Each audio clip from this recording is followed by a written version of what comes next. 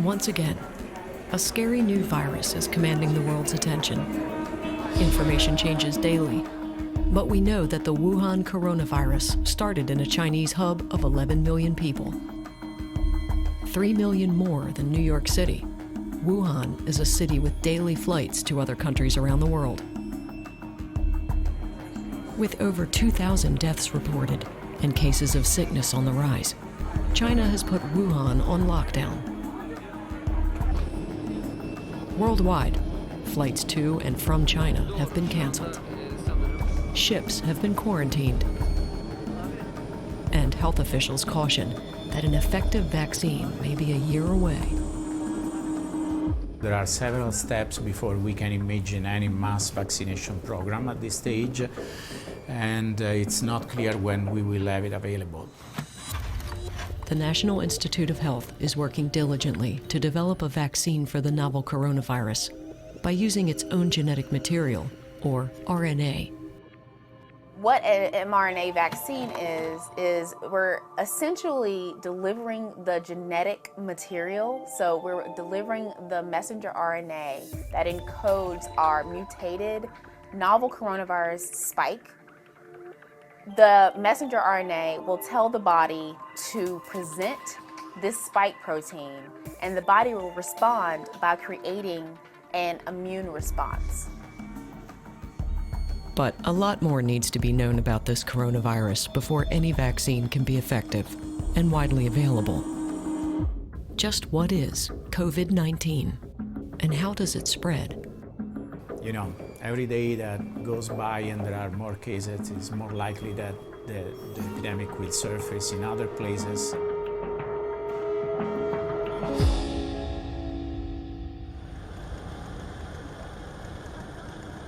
Millions of people who will have travelled across China and around the world, potentially carrying a virus which is extremely contagious and proving difficult to contain. Should we be worried? What are your chances of getting the latest coronavirus? One of the things we have seen, we meaning scientists and epidemiologists have seen in the last 50 years or so, is apparently an increasing occurrence of what we call emerging infectious diseases. Brand new diseases that come out of nowhere, like AIDS, SARS, Zika, or old diseases that we have gotten used to that we think aren't that big a problem, and suddenly they come roaring back with a vengeance. And so the question is, why is that? Chinese scientists who identified the virus named it novel coronavirus of 2019. It began infecting humans late last year, but it seems to have originated in a live animal market in Wuhan, China. The Wuhan virus belongs to the coronavirus family, which is a notorious group. Coronaviruses are an extremely common cause of colds and other upper respiratory infections, and they're often zoonoses. This means they can spread from one animal to another. Coronaviruses are behind SARS and MERS. What we know is that this virus is in the same family of viruses like SARS. So it is akin and about 80% genetically similar to the SARS virus. Some of them originate in animals and then show up in people. Based on some of the transmission data from China, not only did the virus jump from an animal reservoir into humans, but there is sustained human-to-human transmission. Coronaviruses were first identified in the 1960s and get their name from their crown-like shape. These are the first detailed images of the Wuhan virus from a U.S. laboratory. They're similar in shape and size to other coronaviruses, which have been around for some time. And how long they go back is a debate. There is a new belief now that at least some viruses used to be bacteria, which are living organisms, and then learned how to do without their replication machinery. Viruses use their hosts to supply the structure and energy to reproduce. Once a virus is embedded, its only goal is to make more of itself. In humans, this typically happens through airborne droplets of fluid produced by infected individuals. each drop containing the virus. Wuhan virus droplets fall to the ground within a few feet. That makes this virus harder to get than measles, chickenpox, and tuberculosis, which can travel 100 feet through the air. But it's easier to catch than HIV or hepatitis, which spread only through direct contact with the bodily fluids of an infected person. Coronaviruses use a deadly strategy. Often, people are carriers before they even know that they're ill. When symptoms arise, they vary from mild to severe. They may include a cough, possibly a fever, and shortness of breath.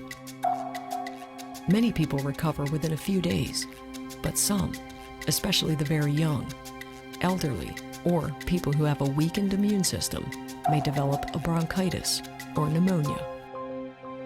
So far, it seems to take 2 days to 2 weeks for a victim to show Wuhan symptoms, during which time they're contagious. Stealth is one word that often comes in because a virus is able to find a cell, find a host. It's able to get in and it's able to cross-wire, disconnect some of the alarm systems that a body has so that it can get a head start in terms of replicating itself and moving itself forward in terms of making enough copies of itself so it can spread to the next host. Whenever a new virus appears, health authorities try to predict an accurate contagion rate and to prevent what is known as a pandemic. Epidemic is when you have a major epidemic like this one in one country with sustained human-to-human transmission. To become a pandemic, you have to get the same situation that we have in China in more than one country and possibly in more than one continent. That is what defines a pandemic. It becomes a global spreading event. The expectation really at this stage would be that there should be ongoing transmission. We need to do everything we can to try and slow that down. Viruses are one of the simplest organisms and one of the oldest organisms on the planet. Our ability to study them has increased exponentially over just the past 10 or 15 years even. Right now, within 48 hours, we can sequence the entire genome of a virus, identify each of the proteins that are present in there, compare it to all the other viruses that we know of, find its nearest relatives, infer from that how the virus is probably spreading in the population, come up with tests that can then go out there and test individuals for not only the presence of an active virus infection, but we can also then design tests that can tell you if you have been infected at some point in time in your life with a virus. They also try to calculate how rapidly a virus may spread by using a reproductive number, known as an R0. The R0 represents how many people one infected individual may transmit the virus to. Multiple teams have published estimates about the Wuhan virus that range from 1.4 to 5.5, making it difficult to get a clear picture of how contagious it really is. The World Health Organization suggests an average R0 between 1.4 and 2.5. That would make the Wuhan less contagious than SARS, which had an average R0 of 3 and infected more than 8,000 people, 774 of whom died. The R0 rate for measles ranges from 12 to 18. But much is still unknown about the Wuhan coronavirus. If the disease will spread globally, inevitable, it will really affect all areas of the world. Experts don't yet know how dangerous this new virus might be, because coronaviruses mutate while they replicate, evolving and changing quickly.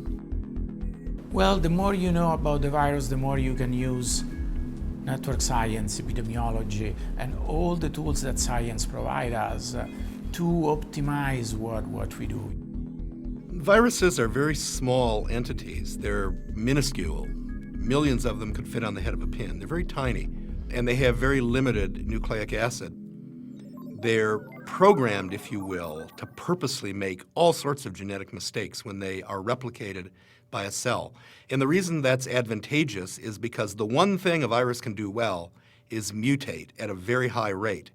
And what that means is if you can mutate at a very high rate, you can potentially take advantage of not just one, but hundreds, thousands, maybe even more ecologic niches that you might encounter. So viruses are sort of the ultimate genetic adapters. Some of them are uniquely adapted to thrive in humans, even if they originated elsewhere. We know that when a virus or a pathogen enters a new host, things will evolve. What we don't know is where that evolution leads. Will it lead to increased disease? Will it lead to less disease? Will it lead to increased amounts of the virus with fewer symptoms? These are all the potential possibilities, and it's another reason why we really need to monitor this infection and these outbreaks very, very closely, not only from the aspect of preventing disease in the public, but also because we want to keep track of how the virus is changing and make sure that we're trying to keep up with that virus in terms of how its properties might be changing now that it's seen so many individuals. Scientists studying the SARS virus in 2005 discovered that it was originally present in bats and then somehow made the leap to infect humans. One category is newly emerging, a brand new virus that wasn't affecting people before. It might not even have been noticed in animals before. That was true of SARS, for example. And despite the Wuhan virus's sudden infamy, it's been around for a while. Something very similar was found several years ago in a cave in a province roughly 1,000 miles southwest of Wuhan. A field team took blood samples from a couple of thousand people, about 400 of whom lived near the cave. Roughly 3% of them carried antibodies against SARS-related coronaviruses, like the Wuhan variety. They weren't able to determine if the carriers had actually gotten sick or if they'd been exposed. In these fearful times, Beijing's hospitals look like battlegrounds. A sick man is carried into one of the places where checks for SARS are now being done. But they knew that the SARS virus had made the jump from bats to humans, so they believed that the new coronavirus also emerged from an animal, probably a bat. Then it may have passed through a second, intermediate host, like a pangolin, before appearing in humans. It's what viruses do best. What infectious diseases want to do is spread to the next host. The common flu, or influenza, is a virus, but it rarely gets the attention of things with exotic names. For most of us, the flu is old news, whether or not we get our yearly shot. Viruses named after foreign places like Ebola, Zika, and Wuhan inspired terror. It's still tough to assess how lethal the Wuhan virus may be. The worst cases are usually detected first, and so far, about 2% of these have been fatal. But people with mild cases may never visit a doctor. There may be more cases than we know, and the death rate may be lower than initially thought. There is one key element here, that is, are people infected with the disease able to transmit the disease before developing symptoms or not? Depending on what is the fraction of pre-symptomatic transmission, the disease will have a different pace. Because while we can isolate people with symptoms, we can decrease the transmissibility of the disease that way. If a large fraction of the transmissibility is during a pre-symptomatic phase, it's impossible to isolate people, and so the disease will move more rapidly across the world. Worldwide, we're already dealing with a dangerous epidemic. According to the CDC, influenza has already sickened at least 15 million Americans this season, hospitalizing 140,000 and killing 8,200. In a bad year, the flu kills up to 61,000 Americans, and worldwide, more than 650,000. While health workers and scientists are still learning about the Wuhan virus, perhaps the biggest concern is that in milder cases, it can masquerade as the flu. And that makes distinguishing between the two more difficult and increases the chances of transmission. When it comes to the Wuhan coronavirus, or any new virus, increasing global connectivity magnifies the problem.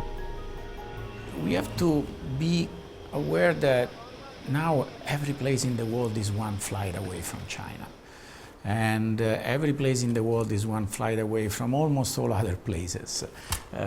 It may be 2 flights instead of 1, but we are living in a global interconnected world. But the experts are on the case. Today, we can do all these things in a matter of hours, and we can come up with tests that tell you if you're infected. We can come up with tests that tell you if you have been infected previously and controlled the infection, and we can do so in the matter of days, what used to take years to do in the 50s and even in the 80s. So our technology has progressed significantly in terms of our ability to do things effectively and quickly. It really is now our ability to implement all these things that is something that our public health officials are working on. Thwarting this virus, or any new disease, requires a hands-on approach by multiple partners.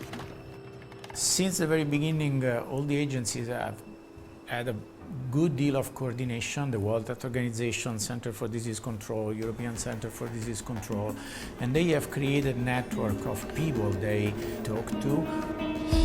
For now, health officials say the best precaution is the simplest: wash your hands.